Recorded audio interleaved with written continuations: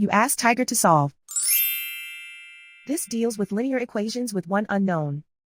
The final result is x equals 15. Let's solve it step by step. Group all x terms on the left side of the equation. Subtract 5x from both sides. Group like terms.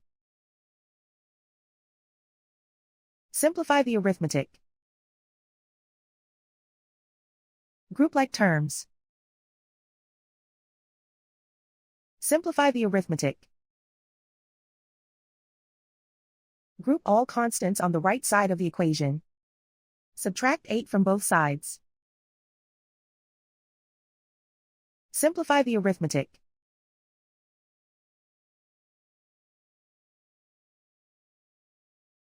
Isolate the x.